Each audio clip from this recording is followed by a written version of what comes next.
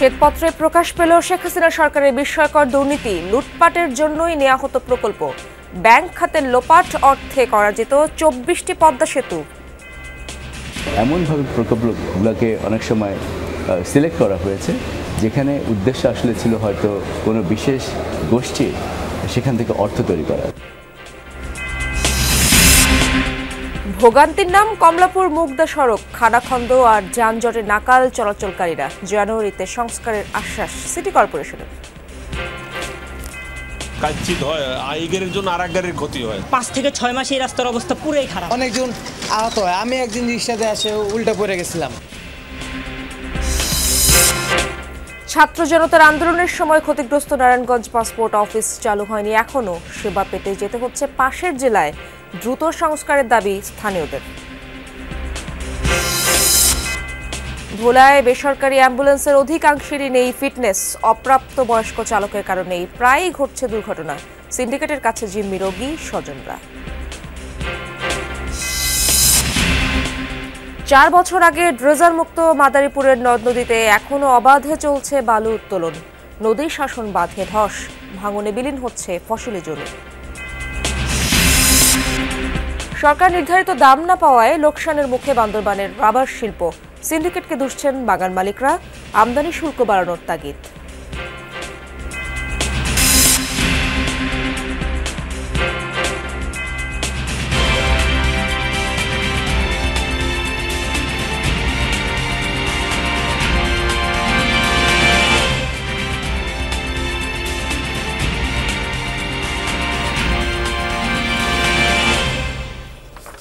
আমন্ত্রণ যমুনা নিউজে আপনাদের সঙ্গে আছি আমি ইশরাত জাহান। এতক্ষণ শিরোনাম দেখছিলেন। আর্থিক খাতে বিস্ময়কর দুর্নীতি করেছে শেখ হাসিনা সরকার। উন্নয়ন প্রকল্পে হয়েছে পুকুর চুরি, রাজনৈতিক চাঁদাবাজি, ঘুষ এবং মূল্যস্ফীতির কাছে হার মেনেছে বাজেট। গুটি কয়েক ব্যবসায়ীর নিয়ন্ত্রণে চলে যাওয়ায় অস্থিতিশীল হয় পণ্যবাজার। অর্থনৈতিক শ্বেতপত্র প্রতিবেদনে বলা হয়, ব্যাংক খাতের লুট হওয়া অর্থ দিয়ে তৈরি করা যেত 24টি পদ্মা সেতু। বিশ্লেষকরা মনে করেন, সংস্কারমূলক উদ্যোগ বাস্তবায়ন করে তছনছ হওয়া অর্থনীতিকে টেনে তুলতে হবে। গেল 15 বছরে জনগণ দেখেছে ছোট, মাঝারি এবং মেগা প্রকল্পের হিড়িক, কিন্তু এসব প্রকল্পের অনেকগুলো নিয়ে প্রশ্ন ছিল জনমনে। অভিযোগ ছিল বাস্তবতা ও জনস্বার্থ বিবেচনা না করে কেবল লুটপাটের জন্যই এসব প্রকল্প বাস্তবায়ন করা হয়েছে। প্রধান উপদেষ্টার কাছে জমা দেয়া অর্থনীতির শ্বেতপত্রে ওঠে সেই লাগামহীন অনিয়ম এবং দুর্নীতির চিত্র। প্রতিবেদনে বলা হয়, উন্নয়ন প্রকল্পে 9/6-এর কারণে ব্যয় বেড়েছে 70%। প্রকল্পের ভিত্তিপ্রস্তর স্থাপন বাস্তবায়ন না হওয়ার আগেই অর্থ ছাড়, নির্বাচনী প্রচারণার অংশ হিসেবে পাথর স্থাপন এবং ফিতা কেটে তছরূপ করা হয় অর্থ। যে প্রকল্পগুলোকে সবচেয়ে বেশি গুরুত্ব দেওয়া উচিত ছিল সেই প্রকল্পগুলোকে গুরুত্ব দেওয়া হয় না। এমনভাবে প্রকল্পগুলোকে অনেক সময় সিলেক্ট করা হয়েছে যেখানে উদ্দেশ্য আসলে ছিল হয়তো কোনো বিশেষ গোষ্ঠীর সেখান থেকে অর্থ তৈরি করা। বারবার আমরা যেটাকে বলি কস্ট এসকালেশন করা হয়েছে, অতিরিক্ত খরচ বাড়ানো হয়েছে এবং সেই খরচ বাড়ানোর মাধ্যমে কিন্তু যেটা আমরা দেখলাম যে একটি বিশেষ গোষ্ঠী হয়তো সুবিধা পেয়েছে। প্রতিবেদনে উঠে আসে ব্যাংক খাতের হরিলুট অবস্থা। বলা হয়, ব্যাংক খাত ভঙ্গুর করেছে রাজনৈতিক হস্তক্ষেপ। এই খাতে লোপাট হওয়া অর্থে 14টি মেট্রো রেল এবং 24টি পদ্মা সেতু নির্মাণ সম্ভব। ঋণখেলাপি এবং আর্থিক অনিয়ম নষ্ট করেছে স্থিতিশীলতা, ব্যাহত হয়েছে উৎপাদনশীলতা। বছরে পাচার হয়েছে $16 বিলিয়ন বা প্রায় 2 লাখ কোটি টাকা। অর্থনৈতিক কৌশলগুলোকে আমরা এখন খানিকটা পুনর্নির্ধারণ করতে পারি কিনা এবং এটার ফলে এসব জায়গায় বড় মাত্রার ক্ষতি হয়েছে সেগুলোকে পুষিয়ে নেওয়া সম্ভব হবে কিনা। ব্যাংকগুলোর যে পরিচালনা পর্ষদ ছিল সেটাকে হেলে সাজানো হয়েছে এবং ব্যাংকিং খাতে যত বড় মাপের দুর্নীতি হচ্ছিল, টাকার লোপাট হচ্ছিল, সেটা কিন্তু এখন একদম বন্ধ হয়ে গিয়েছে। রিপোর্টে বলা হয়, পদ্ধতিগত কর ফাঁকি, ছাড়ের অপব্যবহার এবং দুর্বলভাবে কর প্রশাসন পরিচালনায় রাজস্ব বঞ্চিত হয়েছে রাষ্ট্র। গেল 1 বছরে ভিসা ক্রয়, রিক্রুটিং এজেন্সির হুন্ডিতে পাচার হয়েছে 1,34,000 কোটি টাকা, যা দিয়ে 4টি ঢাকা MRT6 উত্তর থেকে মতিঝিল পর্যন্ত নির্মাণ সম্ভব। ট্যাক্স এক্সপেন্ডিচার আর এই যে আমরা যেগুলো ছেড়ে দিচ্ছি বা কমিয়ে ট্যাক্স আদায় করছি সেগুলাই অ্যাবাউট 8%, 7.7 বা 8, তাহলে 7.7 ধরেন আর 7.3, তাতে 11% হয়ে যায়। ওইটা যদি অর্ধেকও আসে তাও তো অনেক হয়। সামাজিক নিরাপত্তা জাল তৈরি করার কথা বলা হলেও সুরক্ষা কর্মসূচির বাইরে ছিল প্রকৃত সুফলভোগী। দলীয় বিবেচনার পাশাপাশি তালিকা প্রণয়নে হয়েছে ব্যাপক অনিয়ম। রিমন রহমান, যমুনা নিউজ, ঢাকা। দুর্ভোগের অপর নাম হয়ে দাঁড়িয়েছে কমলাপুর মুগদা সড়ক। খানা খন্দে ভরা সড়কে যানবাহনের ধীর গতির কারণে হয় তীব্র যানজট, ঘটে নানা দুর্ঘটনা। পরিস্থিতি এতটাই খারাপ যে ভাড়ায় চালিত যানবাহন যেতে রাজি হয় না এই সড়কে। এলাকাবাসীর অভিযোগ, সিটি কর্পোরেশনের উদাসীনতার কারণেই দুর্ভোগ পোহাতে হচ্ছে তাদের।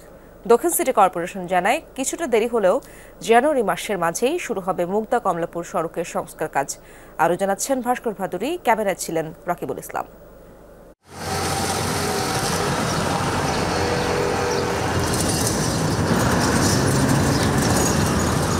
কমলাপুর মুগদা সড়ক প্রথম দেখায় মফস্বলের সড়ক মনে হলেও খোদ রাজধানীর বুকেই এমন চিত্র। বিশাল আকারের গর্ত, পানি, কাদা কিংবা ধুলা সবই মিলবে এখানে। এসব নিয়েই প্রতিদিন এই সড়কে চলাচল করেন লাখো মানুষ। এখানে গাড়ি চালাইলে গাড়িটা যখন কাচ্ছিত হয়, এই গাড়ির জন্য আর এক গাড়ির ক্ষতি হয়। এই রাস্তাতে যখন একজন অসুস্থ রোগী নিয়ে আসছি, মুগদাতে নামাইছি। আমি কি বলবো, মানে রিস্কাও তো আসতে দেয় না, আমি আস্তে আস্তে গেছি। রাজধানীর প্রবেশমুখ টিটিপাড়া থেকে গোপীবাগ কিংবা মুগদা থেকে কমলাপুর, মূল সড়কের অনেকটা জুড়েই একই পরিস্থিতি। খানাখন্দের সড়কটিতে দেখা মিলবে ইটের আস্তর, যার চিত্র প্রায় সাপের মতো। গাড়ি উল্টা জায়গা, ভ্যান উল্টা জায়গা, ভ্যান ঠেললাম তো। রাস্তা কোনো ঠিকঠাক হয় নাই, দুনিয়ার রাস্তা বাঙ্গার, কোনো জায়গা কোনো জায়গা চলা অসম্ভব। আসমো কেমনে বাঙ্গার মধ্যে আইতেছেন, আবার জাম লাগে, প্রচুর জাম লাগে। এলাকাবাসীর অভিযোগ, সিটি কর্পোরেশনের দায়সারা কাজের কারণেই প্রতিদিন মৃত্যু ঝুঁকি বাড়ছে। হাজারো সমস্যা নিয়ে প্রতিদিন চলাচল করতে হয় এই কমলাপুর টিটিপাড়া সড়কে। স্থানীয়দের অভিযোগ, সিটি কর্পোরেশনের উদাসীনতার কারণেই সড়কের এমন বেহাল দশা। দায়সারা কাজ নয়, যদি মানসম্পন্ন উন্নয়ন কাজ করা যায় তাহলেই এই সড়কের দুর্ভোগ থেকে লাখো মানুষের মুক্তি মিলবে। মূল সড়কের পাশাপাশি পার্শ্ববর্তী রাস্তাগুলোও যেন পাল্লা দিয়ে খারাপ হচ্ছে। মুগদা মেডিকেলের মূল ফটক প্রায় অকেজো শুধুমাত্র খারাপ রাস্তার জন্য। পরিস্থিতি এমনই যে হাসপাতালেও রোগী নিয়ে আসতে রাজি হয় না কোনো যানবাহন। এগুলো তো দিয়েছে কয়দিন আগে, এর আগে তো মনে করেন আপনার 5 থেকে 6 মাস এই রাস্তার অবস্থা পুরোই খারাপ। মরণ রাস্তা নাম দিয়ে দিয়েছে, অনেকজন আহত হয়। আমি একদিন রিক্সাতে আসে উল্টা পড়ে গেছিলাম। এটা কিন্তু রোড না, এটা রোড না, এটা একটা মাঠের মতন, মানে ভাঙ্গা একটা ইয়ে হয়ে আছে, পরিত্যক্ত রোড। এমন দুর্ভোগের কথা স্বীকার করেন খোদ সিটি কর্পোরেশনের কর্মকর্তারাও। দ্রুতই পদক্ষেপ নেবার কথা জানানো হয় দক্ষিণ সিটির পক্ষ থেকে। ছোট ছোট গাড়ি ঘোড়া উল্টে পড়ে, সেটা আমরা টেম্পোরারি একটা ব্যবস্থা নিয়েছি, হ্যাঁ, এবং ওইটাও আমরা একইভাবে মানে আমরা রিপেয়ার করে এটাকে আমরা সম্পূর্ণ চালু করে দেব, এবং ওইটা হয়তো আমরা জানুয়ারি মাসের ফার্স্ট উইকের দিকে চালু করতে পারবো। ফেব্রুয়ারির মাঝে রাস্তা সংস্কার শেষ হলে মুগদা কমলাপুর সড়কের যানজটও অনেকটাই কমে আসবে বলে আশা ঢাকা দক্ষিণ সিটি কর্পোরেশনের। ভাস্কর ভাদুরী, যমুনা নিউজ, ঢাকা। 8 কর্মঘণ্টা সহ বিভিন্ন দাবিতে রোববার রাতে কিছু সময় কর্মবিরতি পালন করেন ট্রেনের লোকোমাস্টাররা। ইচ্ছাকৃতভাবে 1 থেকে 1.5 ঘন্টা দেরিতে ছাড়া হয় ট্রেন। এতে কিছুক্ষণের জন্য দেখা দেয় শিডিউল বিপর্যয়। এই ঘটনার সবশেষ পরিস্থিতি জানবো আমার সহকর্মী শাকিল হাসানের কাছ থেকে। তিনি রয়েছেন কমলাপুরে। শাকিল, সকালে ট্রেনের কোনো শিডিউল বিপর্যয় হয়েছে কিনা এবং সবশেষ কি তথ্য রয়েছে আপনার কাছে?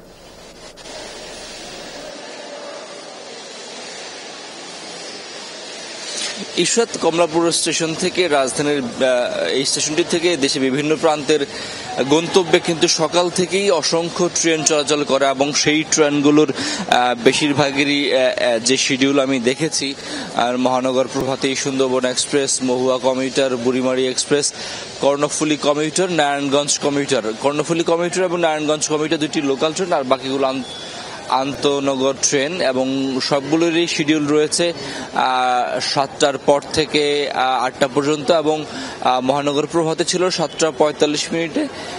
সেটি চট্টগ্রাম উদ্দেশ্যে ছেড়ে যাবে প্ল্যাটফর্ম 3 নাম্বার থেকে। সেটি এখনো 3 নাম্বার প্ল্যাটফর্মে অবস্থান করছে, আপনি দেখতে পাচ্ছেন। সেই ট্রেনটি এখনো ছেড়ে যায়নি, যদিও এখন 8:10 মতো বাজে।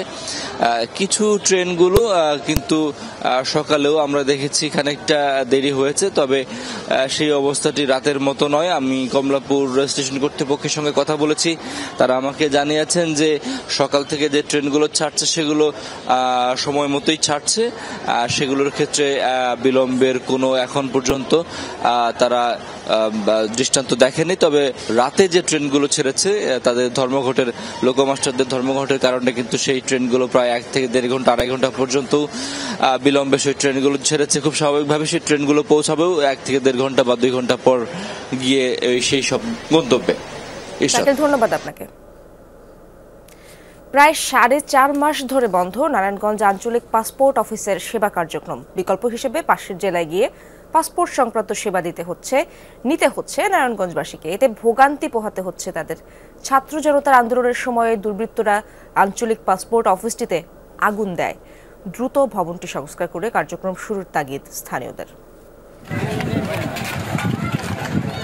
ছাত্র জনতার আন্দোলন চলাকালে গত 19 জুলাই ভুইঘর এলাকায় নারায়ণগঞ্জ আঞ্চলিক পাসপোর্ট অফিসে হামলা চালায় দুর্বৃত্তরা। কম্পিউটার, ক্যামেরা সহ আসবাবপত্র লুট করে তারা। আগুন দেয়া হয় কার্যালয়টিতে।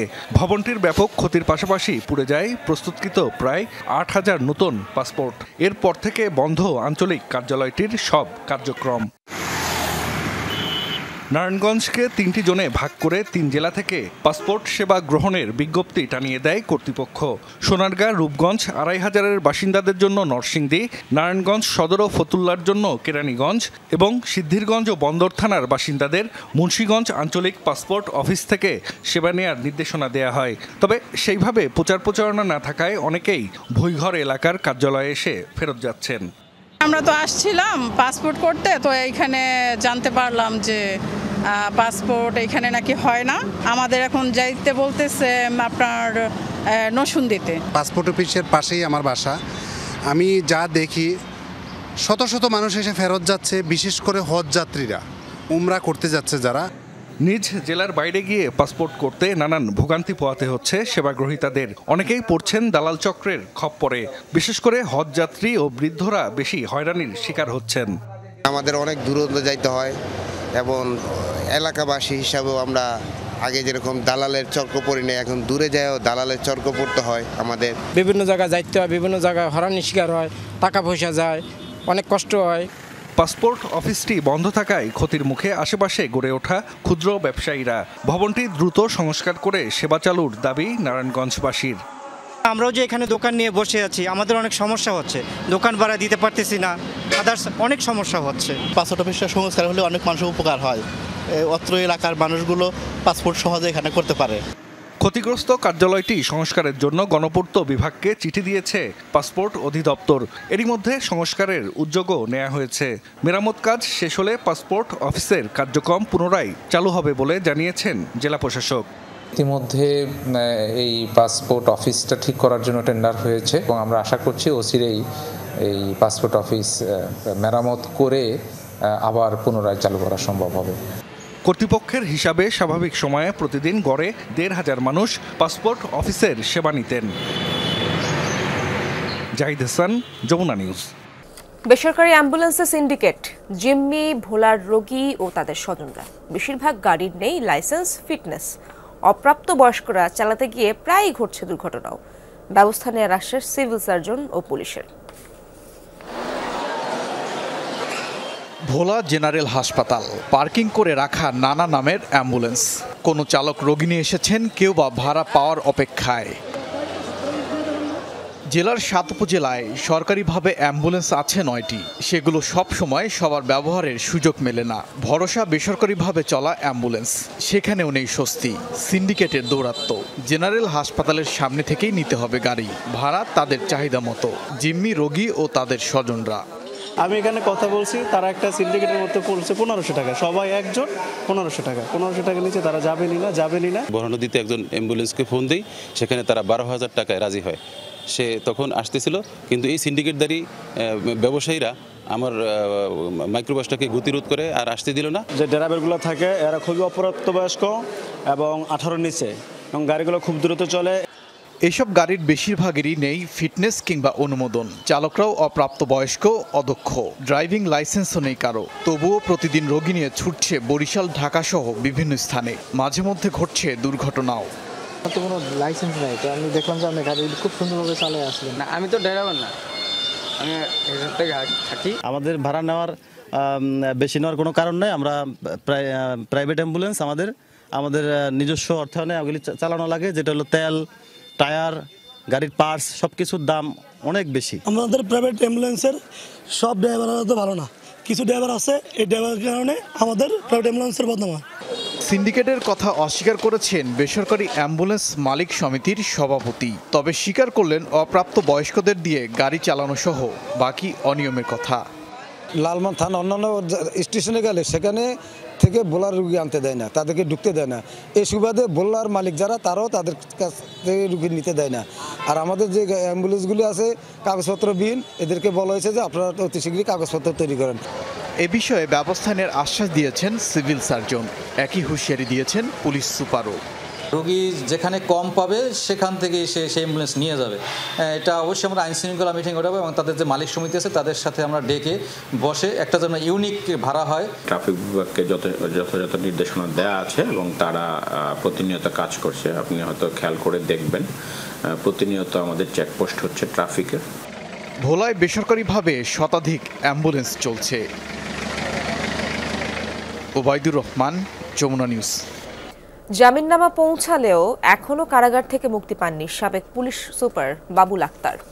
স্ত্রী মাহমুদা খানম মিতু হত্যা মামলায় গ্রেফতার বাবুলের জামিননামা রোববার বিকেলে কারাগারে পৌঁছালেও মুক্তি পাননি তিনি। কারা কর্তৃপক্ষ জানায়, জামিননামা পৌঁছানোর আগেই কারাগারের বন্দীদের তালাবদ্ধ করা হয়ে যায়। তাই জামিননামাটি এখনও যাচাই বাছাই চলছে। এদিকে বাবুলের শ্বশুর ও মামলার বাদী মোশাররফ হোসেন এই জামিননামা স্থগিত চেয়ে উচ্চ আদালতে আপিল করেছেন। আগামীকাল এ বিষয়ে শুনানি হবে। এর আগে স্ত্রী হত্যা মামলায় বুধবার অন্তর্বর্তী জামিন পান বাবুল। 2016 সালের 5 জুন বাবুলের স্ত্রী মিতুকে কুপিয়ে ও গুলি করে হত্যা করা হয়। পিবিআই এর তদন্ত ও শ্বশুরের করা মামলায় বাবুল সহ 8 জনকে আসামি করা হয়। দিন দিন আশার আলো ছড়াচ্ছে নীলফামারীর সৈয়দপুরের ঝুট কাপড়ের তৈরি শীতের পোশাক। স্থানীয় চাহিদা মিটিয়ে প্রস্তুত হচ্ছে বিদেশে রপ্তানিযোগ্য পোশাকও। মানে ভালো ও দাম সুবিধা মতো হওয়ায় এসব শীত পোশাক এখন বিভিন্ন অঞ্চলের পাইকারদের কাছে বেশ জনপ্রিয়। দম ফেলার ফুসরত নেই সৈয়দপুরের 5 শতাধিক পোশাক কারখানার কারিগরদের। দিনরাত চলছে শীতের পোশাক তৈরির কাজ। ঝুট কাপড় দিয়ে পাতলা, মাঝারি ও ভারী শীতের পোশাক তৈরি হচ্ছে নারী, পুরুষ সহ শিশুদের জন্য। প্রস্তুতকারকরা বলছেন, শীতের তীব্রতা অনুযায়ী বাড়বে পোশাকের চাহিদা। দেশীয় বাজারের পাশাপাশি রপ্তানির জন্য পোশাক প্রস্তুত করছেন তারা। এখানকার মালের কোয়ালিটি আছে, বিভিন্ন প্রকারের মাল আছে। আর আমাদের শীত আসলে এই কাজের চাপটা বাড়ে যায়, আর ডিসেম্বর পর্যন্ত আমাদের এই কাজটা চলতে থাকবে। বাংলাদেশের সমস্ত জায়গায় যায় এবং এই মালগুলা ভারত, ভুটান, নেপাল এগুলো জায়গায়ও আমাদের মালগুলা যায়। শীতের সময় যে আছে, এটা জ্যাকেটের একটা সময় একটু এমন আসে যে ওভারটাইম কাজ করা আমাদেরকে ওটা কমপ্লিট করতে হয়। স্থানীয় ক্রেতা বিক্রেতারা বলছেন, এরই মধ্যে জমে উঠেছে ব্যবসা। দাম তুলনামূলক কম ও মানসম্পন্ন হওয়ায় দেশের বিভিন্ন অঞ্চল থেকে আসছেন পাইকারি ক্রেতারা। এখানকার কারখানারা তৈরি করে এই মালটা চিপ রেটে পাওয়া যায়, এই জন্য এই মালটাতে প্রফিট হয় ভালো। এই মালটা ঢাকায় কিনতে গেলে পার পিস 100 টাকা 150 টাকা বেশি। আমাদের এগুলা ম্যাক্সিমাম জায়গায় ঝুট কাপড়ের তৈরি, আবার আমাদের ইনটেক থানারও তৈরি আছে। ঢাকায় এই মালটা তৈরি করতে গেলে 650 থেকে 700 টাকা পড়ে যাবে। আমরা ওই মালটা ঢাকার থেকে 150 টাকা বা 200 টাকায় কম মজুরিতে সেলাই করতে পারি। ব্যবসায়ী নেতারা জানান, এই অঞ্চলে ঝুটের তৈরি পোশাকের বাজার প্রতি মৌসুমে প্রায় 100 কোটি টাকা। এই শিল্পের বিকাশে গার্মেন্টস পল্লী, কমন ফ্যাসিলিটি সেন্টার ও গ্যাস সংযোগ সহ সুযোগ সুবিধা বাড়ানোর দাবি সংশ্লিষ্টদের। যদি সৈয়দপুরে ওয়াশ প্লান্ট হইতো, মানে গ্যাসের সংযোগ দিয়ে ওয়াশ প্লান্ট যদি হইতো, তাহলে আমরা মনে করেন উন্নত কোয়ালিটি করতে পারতাম। আর আপনার মনে করেন আমাদের ঋণের যদি প্রত্যেকটা লোকের যদি কিছু ঋণের ব্যবস্থা হয়ে যেত, তাহলে মনে করেন সবাই স্বাবলম্বী হতো এবং ব্যবসা পরিচালনা ভালোভাবে করতে পারত। কম সুদে ঋণ বিতরণ, বিনিয়োগ ও অর্থায়ন সহ শ্রমিকদের কর্মপরিবেশের মান উন্নয়নে নজরদারি রাখার আশ্বাস প্রশাসনের। কিছু সমস্যা তাদের আছে, ব্যাংক লোন থেকে শুরু করে কিছুটা, সেই সমস্যাগুলো আমাদের কাছে যদি তারা নোটিস করে আমরা অবশ্যই ঊর্ধ্বতন কর্তৃপক্ষকে জানাবো কিভাবে তারা ব্যাংক লোন পেতে পারে বা কি মাধ্যমে তাদের সহায়তা করা যেতে পারে। নীলফামারীর সৈয়দপুর পর্যন্ত গ্যাস পাইপলাইন স্থাপন করেছে সরকার, তবে কবে নাগাদ সংযোগ দেওয়া হবে সে বিষয়ে সিদ্ধান্ত হয়নি। গ্যাস সংযোগ নিয়ে ওয়াশ প্ল্যান্ট স্থাপন করা গেলে ঝুট কারখানার পরিধি আরও বাড়বে বলে আশা শিল্প সংশ্লিষ্টদের।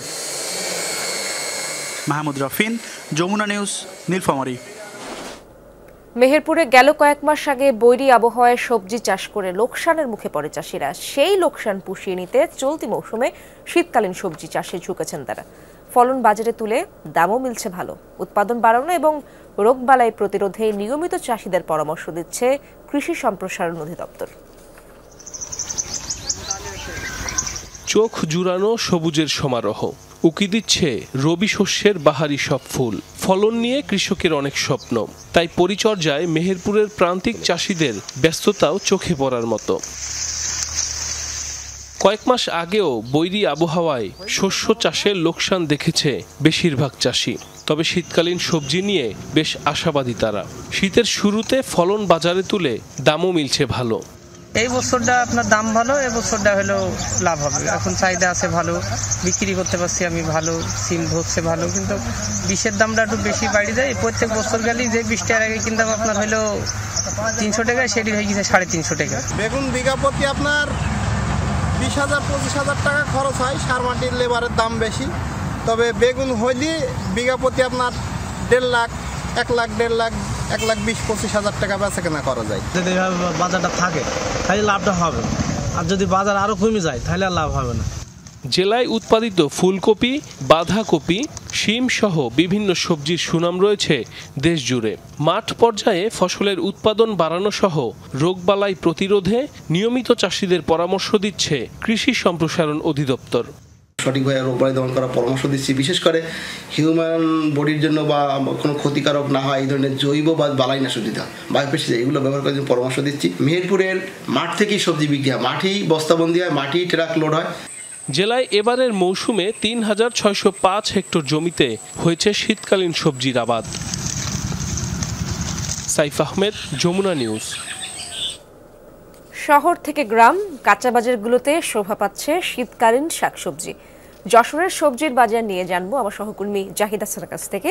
জাহিদ, বাজারে শীতকালীন সবজির যোগান কেমন দেখছেন এবং দাম নিয়ে কি বলছেন ক্রেতা বিক্রেতারা?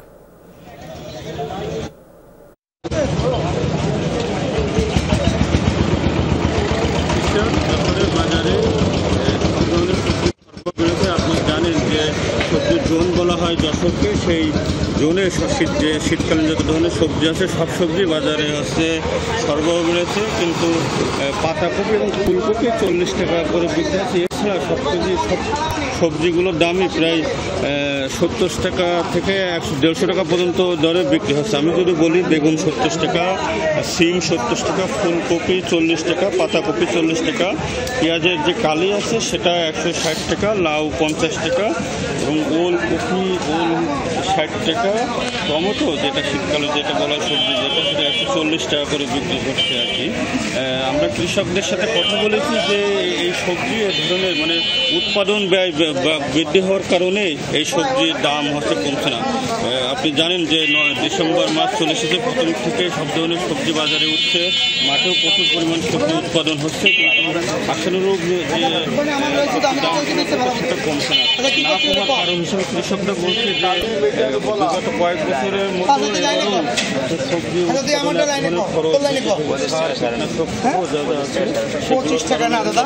খরচ দিতে কারণে এই ধরনের সবজি আপাতত কমবে না বলে কৃষকরা জানিয়েছে। আর সেটা বলছে এক ধরনের সবজির দাম হচ্ছে কমতে শুরু করেছে। আমরা একজন ব্যবসার সাথে কথা বলবো, কী ধরনের সবজির দাম কেমন কমছে? সবজির দাম গত সপ্তাহে যে রেট ছিল তার থেকে এখন কেজি প্রতি 20-30 টাকা অলরেডি কমা শুরু হয়ে গেছে দামিগুলোয়। যেরকম ধরেন কেসকালি গত সপ্তাহে ছিল মার্কেটে 200 টাকা, 220 টাকা, আজকে বিক্রি হচ্ছে 110 টাকা, 100 টাকা। আর ফুলকপি গত সপ্তাহে ছিল 50-55 টাকা, আজকে বিক্রি হচ্ছে 35 টাকা। ওলকপি গত সপ্তাহে ছিল 80 টাকা, 70 টাকা, সে ওলকপি চলে আসে 45-40। সিম গত সপ্তাহে ছিল 80 টাকা, 100 টাকা কেজি, এই সপ্তাহে খুচরা বিক্রি হচ্ছে মার্কেটে 50 টাকা কেজি। সবজি আমরা সবসময় বলে যাই যে ইস্টার যে বাজারে যে সবজি সব ধরনের সবজি হচ্ছে সরবরাহ বৃদ্ধি পেয়েছে, সবজি সরবরাহ বেড়েছে, দাম এখনও অনেকটা শীর্ষ ক্রেতারা বলছে যে নাগালের ভিতরে আসেনি। জি জাহিদ, বুঝতে পেরেছি, ধন্যবাদ আপনাকে। দর্শক, আগেই জানিয়েছি জামিননামা পৌঁছালেও এখনও কারাগার থেকে মুক্তি পাননি সাবেক পুলিশ সুপার বাবুল আক্তার। এ বিষয়ে আরো জানবো, চট্টগ্রাম থেকে যুক্ত হচ্ছেন আমার সহকর্মী আলামিন শিকদার। আলামিন, বাবুল আক্তারকে কারাগার থেকে মুক্তির বিষয়ে সবশেষ কি তথ্য রয়েছে আপনার কাছে? দুঃখিত দর্শক, সংযোগটি বিচ্ছিন্ন হয়েছে, আমরা পরবর্তীতে আবারও চেষ্টা করব তার সাথে যুক্ত হওয়ার। 4 বছর আগে ড্রেজার মুক্ত ঘোষণা করা হয়েছিল মাদারীপুর জেলাকে, অথচ এখনও নদ নদী থেকে অবাধে বালু উত্তোলনের মহোৎসব চলছে। 5 আগস্ট ক্ষমতার পট পরিবর্তনের পর জেলার 20 থেকে 25টি স্পটে রাতভর চলছে এই বালু উত্তোলন। এতে দেখা দিয়েছে নদ নদীতে ভাঙন, ফলাফল বিলীন হয়ে যাচ্ছে অনেক ফসলি জমিতে। এমনকি কোটি কোটি টাকা ব্যয়ে নদী শাসন বাঁধেও ধস দেখা দিয়েছে। যদিও প্রশাসন বলছে বালু খেকোদের বিরুদ্ধে প্রশাসনের অভিযান চলমান। শুকনো মৌসুমে খরস্রোতা নয় আড়িয়াল খা, তবুও ভাঙনের কবলে দুই পার। মাদারীপুরে বিলীন হচ্ছে ঘরবাড়ি জমিজিরাত, ক্ষতির মুখে অসংখ্য পরিবার, এমনকি ধস দেখা দিয়েছে শিবচরের নদী শাসন বাঁধেও। অথচ ভাঙন ঠেকাতেই 2020 সালে প্রায় 28 কোটি টাকা ব্যয় বাঁধটি নির্মাণ করেছিল পানি উন্নয়ন বোর্ড। নদীতে ভেঙে গেছে বাড়িঘর সব গাঙ্গের মধ্যে। আমি খাজনা থাকি, আমি বাড়িঘর ভাঙ্গি জায়গা যে কাল ভাঙবে, এই পানি যে কাল কমবে বাবা, এটা দর করে একটা ফালটা হবে। এলাকাবাসীর অভিযোগ, নদী ভাঙনের মূল কারণ নির্বিচার বালু উত্তোলন। সরকারি ইজারা ছাড়াই অবৈধভাবে ড্রেজার বসিয়ে বালু তোলা হচ্ছে রাজৈর, সদর আর শিবচরের অন্তত 20টি পয়েন্ট থেকে। অথচ 4 বছর আগেই ড্রেজার মুক্ত ঘোষণা করা হয়েছিল এই জেলাকে। প্রশাসনের কাছে বারবার অভিযোগ দিয়েও মেলেনি প্রতিকার। 8টা 9টা পর থেকে বালি কাটা ধরে 10টা বাজে সারা রাত বালি কাটে, আর ফজরের আজানের পরে মনে করেন তারা এখান থেকে যায়। রাত্রে এখান থেকে নারী ঠেঙ্গা নিয়ে আমরা নিবয়ে থাকে, হ্যাঁ মাটি কাটে, যাকে 100% জমি নাই তারা মাটি কাটে। 2টা ডেজার দিয়ে মাটি কাটে, এই সন্ধ্যায় গনে একবারে সকালে যায়, সেই সময় ডেজার যায় গিয়ে। প্রশাসনের নাকের ডগায় ঘটছে সবকিছু। তাদের দাবি, অবৈধভাবে বালু উত্তোলনকারীদের বিরুদ্ধে অভিযান চলছে। এখানে রিসেন্টলি ওই আপনার হচ্ছে মানে অবৈধভাবে ডেজার্ট বসে এর সামনে থেকে বালু ব্যাপকভাবে বালু তোলার কারণে জাস্ট ওই যে অংশটা বালুটা উঠলে ওটা পকেট হয়ে জাস্ট ওখানে ডাম্পিং ম্যাটেরিয়াল নিচে চলে যাওয়ার কারণে ওই স্লোপে ধস নামছে। আমাদের অনুমোদিত কোনো বালু মহল কিন্তু নেই, অর্থাৎ মাদারীপুর জেলায় কেউ যদি বালু তুলে থাকে তা সম্পূর্ণ কিন্তু অবৈধ বালু উত্তোলন। আমরা কিন্তু প্রতিনিয়ত এই অবৈধ বালু উত্তোলনের বিষয়ে কিন্তু যুদ্ধ করে যাচ্ছি। ভাঙনের কারণে অনেকেই বাস্তুচ্যুত। ক্ষতিগ্রস্ত পরিবারগুলোর সঠিক সংখ্যা বা পরিসংখ্যান নেই সংশ্লিষ্ট সরকারি দপ্তরে। হুমায়ুন রশিদ, যমুনা নিউজ। নানামুখী সংকটে জর্জরিত বান্দরবানের রাবার শিল্প। লোকসান দিয়ে বিক্রিতে বাধ্য হচ্ছেন বাগান মালিকরা, পাচ্ছেন না সরকার নির্ধারিত দাম। এজন্য সিন্ডিকেটকে দুষছেন তারা। এভাবে চললে এই শিল্প ধ্বংসের শঙ্কা বাগানীদের।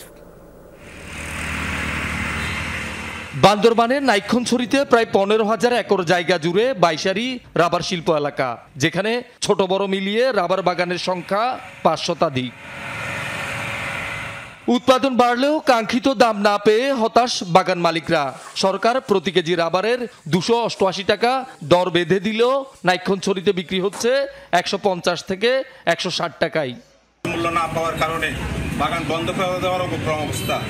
পেপার শ্রমিক যারা আছেন তারা তাদের ন্যায্য বেতনও পাচ্ছে না। বাংলাদেশ সরকারের কাছে আমরা জানতে চাই, আসলে রাবারের দরটা কারা নিয়ন্ত্রণ করতেছে?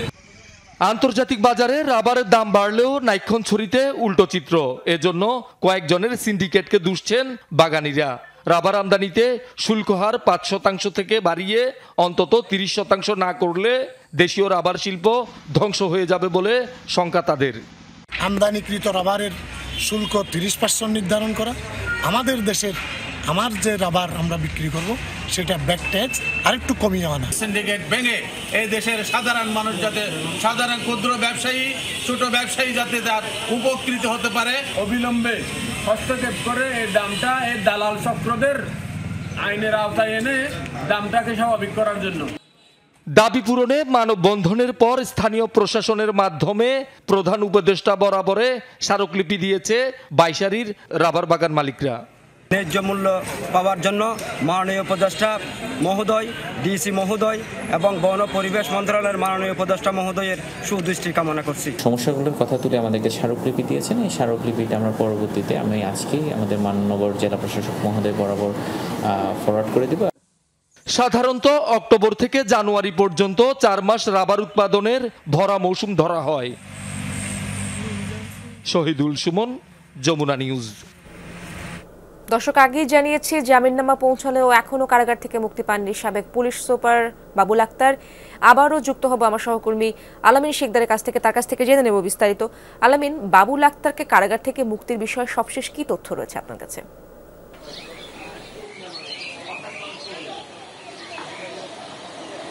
এরশাদ, বাবুল আক্তারের যে জামিননামা সেটি হচ্ছে গতকাল বিকালেই কিন্তু চট্টগ্রামের যে কেন্দ্রীয় কারাগার সেখানে এসে পৌঁছেছে, কিন্তু এরপরও তার বের হওয়া নিয়ে নানা ধরনের আমরা দেখছি নাটকীয়তা চলছে। এবং গতকাল কারা কর্তৃপক্ষ যে বিষয়টি বলেছেন সেটা হচ্ছে যে সময়টিতে তাদের কাছে এই যে জামিনের কাগজ এসে পৌঁছিয়েছে সেই সময়ে তারা যে বন্দিরা থাকে তাদেরকে তাদের যে বন্দিশালা সেখানে নিয়ে তালাবদ্ধ করে রাখা হয়েছে, অর্থাৎ সেদিনের মতো তাদের যে কার্যক্রম সেটি শেষ হয়ে গিয়েছে।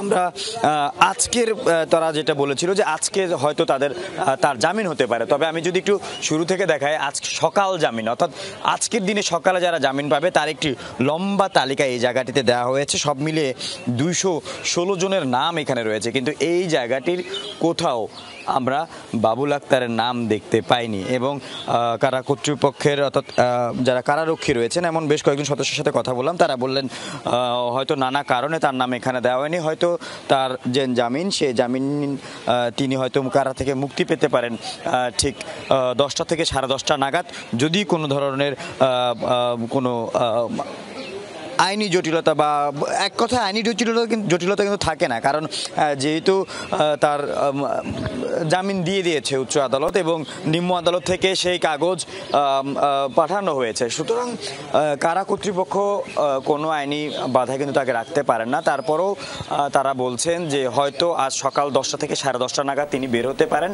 আর যদি বের না হয় এরপরে আসলে কি কারণে সে এখনো ভেতরে রয়েছে সেই বিষয়গুলো আমরাও জানবো, আপনাকেও জানানোর চেষ্টা করবো। ঈশ্বর, ধন্যবাদ আপনাকে।